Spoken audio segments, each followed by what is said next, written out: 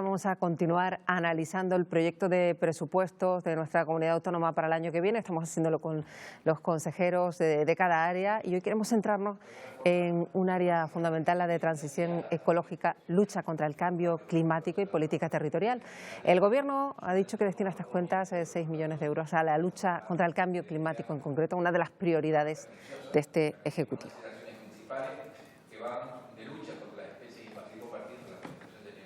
Con un presupuesto que se incrementa. Tenemos esta mañana con nosotros al consejero de esta área, que es José Antonio Balbuena. ¿Qué tal, señor Balbuena? Bienvenido, gracias por estar con nosotros. Muchas gracias por la invitación y muy buenos días. Decíamos que es un área crucial, en tanto en cuanto todo el Gobierno se comprometía ya en su arranque a que este es uno de sus prioridades, la lucha contra el cambio climático, porque también es una realidad aquí en Canarias, al margen de las otras cuestiones que aborda su área, ¿no? Sí, Canarias, dentro del contexto global, pues evidentemente no es ajena a la emergencia climática en la que nos encontramos y que día a día son más las administraciones que están haciendo ese gesto cara a saber que va a ser nuestra prioridad principal. Y en el Gobierno de Canarias, pues evidentemente es una prioridad, ¿no? Es una prioridad que se manifestó no solo en esa declaración de emergencia climática, en ese comunicado, sino también en los presupuestos del año que viene, con 140 millones para el área y con acciones muy directas que van a empezar a materializar esas acciones de adaptación y mitigación al cambio climático y con la elaboración que estamos actualmente acometiendo de la Ley de Cambio Climático, con la que estamos especialmente esperanzados, ¿no? Somos muy optimistas con la calidad de esa ley porque sencillamente el volumen de participación que estamos teniendo en este proceso de consulta previa pues se ha multiplicado más por 20 al que se tuvo hace un año, ¿no? Hace un año fueron 7 aportaciones y vamos casi por 170 aportaciones. Por lo tanto, Canarias está avanzando de forma firme, de forma rigurosa, en ponernos en la vanguardia en la lucha contra el cambio climático. Claro, y que no puede ser de otro modo, en tanto en cuanto que casi es el tema del que más se habla por la urgencia, por la cantidad de mensajes de información que ya calan realmente por fin en la población, parece, ¿verdad, consejero? Va a ser el tema, es decir, los miembros del Gobierno de Canarias y concretamente quien les habla, cada vez que tienen la oportunidad esa tarea de empezar a despertar conciencia. Al final, el cambio climático, lo primero que tenemos que hacer es despertar conciencia para que las personas vean la necesidad de tener que actuar cada uno dentro de su esfera, pero sobre todo también el Gobierno de Canarias, en desarrollar las pequeñas acciones que nos van a ayudar a todos a ganar esta batalla. La semana que viene empieza la COP en Madrid, la Conferencia de las Partes de Naciones Unidas, que va a ser un hito realmente relevante y que estoy convencido que en España va a suponer un antes y un después para que la población sepa la importancia que tiene la lucha contra el cambio climático. Por lo tanto, va a ser el tema de aquí a los próximos años, incluso las próximas décadas. Las Naciones Unidas nos han marcado una fecha, el 2030, pero existe otra fecha, el 2050. Por lo tanto, estoy convencido que va a ser evidentemente el área de la que vamos a seguir hablando en los próximos años y que cada vez va a adquirir más importancia, no digo en el Gobierno de Canarias, sino en cualquier tipo de gobierno, sea a nivel nacional, regional o local. Claro, eso sería fundamental, que este tipo de encuentros, al que asiste, por cierto, José Antonio Balbuena, consejero de lucha contra el cambio climático de Canarias, asiste a esa cumbre que empieza el lunes en Madrid. Son cumbres que a lo mejor luego se establecen una serie de acciones que se deben emprender y luego muchos dicen, bueno, pero es que se queda solo en declaración de intenciones. ¿Está esperanzado de que esta vez se vaya un poco más allá? La esperanza es que día a día la presión es mayor y la COP va a ser una presión. Está claro que tenemos un problema grave con China y Estados Unidos, claro, tanto en cuanto son los mayores que no son cualquier país, claro. Son los mayores emisores de gases de efecto invernadero, pero terminarán entrando por el aro, porque al final la presión es mayor, que tenemos un volumen de presión mayor. La COP, el Gobierno de Canarias va a ir con una agenda propia, va a ir con una delegación importante, prácticamente tenemos cerrada la agenda de contacto y sobre todo lo que es muy importante en este tipo de conferencia es empezar a entablar relaciones que actualmente el Gobierno de Canarias sencillamente no tenía. Tenemos que empezar a entablar relaciones porque tenemos que correr en la adaptación, que es lo que realmente nos va a implicar y afectar a Canarias, pero sobre todo también apostar y apoyar en esas iniciativas de mitigación. Por lo tanto, estoy convencido de que la conferencia de las partes, hombre, no es una feria como puede ser la World Trade Market o la Ofitur, donde se establecen relaciones comerciales, sino hablamos sobre todo de un foro de encuentro donde hay pues todos los días de manera muy intensa van a haber charlas. Canarias ya le han dado algunos espacios.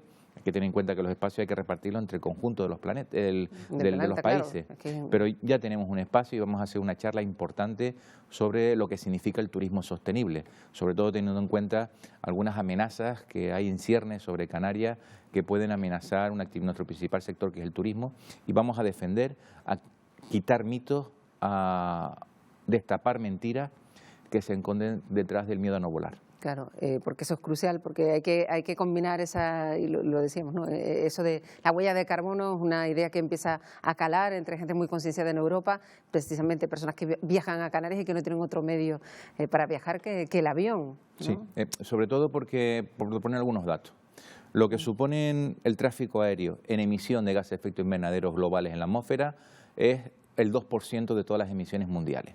Hay otras actividades que generan muchas más emisiones. Por ejemplo, la agricultura, tal como la tenemos planteada, agricultura y ganadería, supone el 30% de las emisiones de gases de efecto invernadero, que como mucho se podrán reducir a la mitad, al 15%.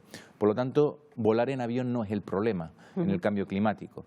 Cada vez las compañías aéreas son más eficientes en sus consumos de combustible, cada vez generan menos gases de efecto invernadero, tienen políticas activas de compensación y al final lo que hay que demostrar es que Canarias está trabajando para que la huella de carbono del turista que nos visita sea neutra y en toda la medida lo podemos absorber, porque si no, sencillamente la lucha contra el cambio climático exige solidaridad y lo que no se le puede exigir a los territorios insulares son los mismos sacrificios que a los territorios continentales. Por lo tanto, la vergüenza volar esconde detrás una campaña que yo creo que no se sustenta en datos ciertos, sino que hay que compararlo y ver el conjunto de lo que supone la lucha contra el cambio climático. Con estas grandes acciones el Gobierno quiere convertirse en referente, dijeron, para otras administraciones, ser una especie de ejemplo, pero luego está el día a día, el de los ciudadanos, que también esos pequeños gestos son los que empiezan a sumar para llegar al objetivo final. Queda pendiente también que se implanten de una forma más efectiva las energías renovables, que cada uno de los ciudadanos tome conciencia en el día a día. Imagino que también ahí en esa base hay que trabajar y está dispuesto así en el presupuesto, ¿no? Sí, es un cambio de hábitos, ¿no? Es decir, en la lucha contra el cambio climático no es solo poner energías renovables para los consumos eléctricos, sino es consumir menos, ¿no? El vatio que menos contamina es el vatio que no se consume. Pequeños gestos como el que ustedes ya han hecho cambiando los vasos de plástico por vasos de papel, ¿no? Vasos que evidentemente desde el punto de vista de su reutilización son menos dañinos para lo que es nuestro medio ambiente. Es decir, cada uno de nosotros tenemos que analizar en nuestro día a día qué puedo hacer para mejorar para trabajar en esa conciliación que tenemos que recuperar con nuestro entorno, con nuestra naturaleza. Todo lo que nosotros hagamos no tiene un efecto neutro sobre el medio ambiente, tiene o un efecto positivo o un efecto negativo. Lo que tenemos que ver es ir cambiando poco a poco e ir apostando por acciones pequeñas, que aunque sean pequeñas, es la única forma de vencer el cambio climático, que sepamos y que seamos conscientes y que creemos que van a tener un efecto positivo sobre nuestro medio ambiente. En esos presupuestos decíamos que está esa ley de cambio climático ya esbozada y sobre la que tienen grandes esperanzas, decía consejero. Luego está la otra ley de economía circular, para la que también está previsto esa parte del presupuesto. Economía circular, que ya es un concepto que nos empieza a sonar, ¿no? Sí, cada vez suena más. Economía circular significa empezar a cambiar el concepto de gestión de residuos. Primeramente, reducir residuos. Y en segundo lugar, hacer un tratamiento responsable de los residuos que seamos capaces de generar.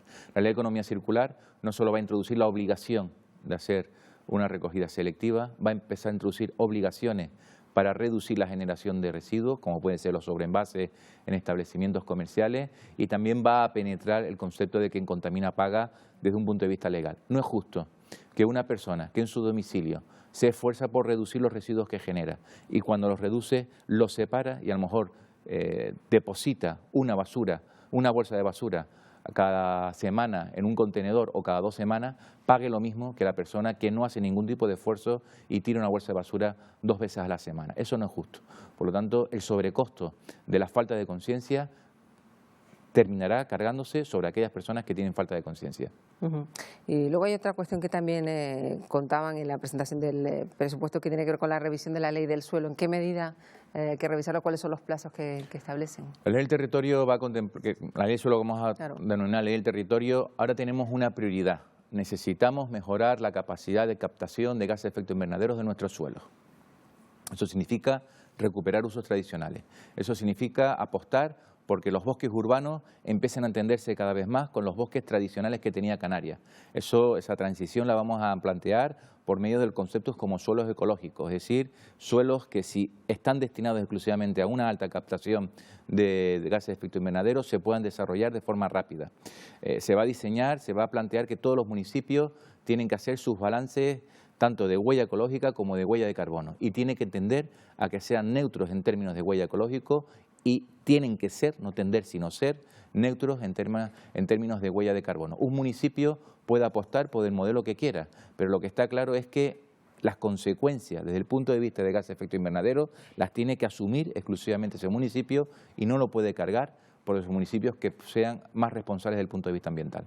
También hablaba del establecimiento de ese primer convenio de infraestructuras hidráulicas. Está pendiente también de que se conforme el nuevo gobierno que puede suponer para lo que está establecido. Bueno, la gestión del agua en el cambio climático es uno de los mayores retos. Y cuando hablamos de un territorio insular como el nuestro, donde la cultura del agua, sobre todo desde el punto de vista de captación, pues tiene los problemas que tiene, pues es un reto aún mayor. Por lo tanto, el convenio de infraestructuras hidráulicas que esperamos firmar una vez que tengamos gobierno con plenas funciones a nivel estatal, pues va a suponer un antes y un después. Evidentemente tenemos que correr en el convenio de infraestructuras hidráulicas, pero tenemos que avanzar en algo que no está recogido en ese convenio, pero que va a ser una necesidad urgente en Canarias, que es un verdadero programa de desaladoras en todas y cada una de las islas.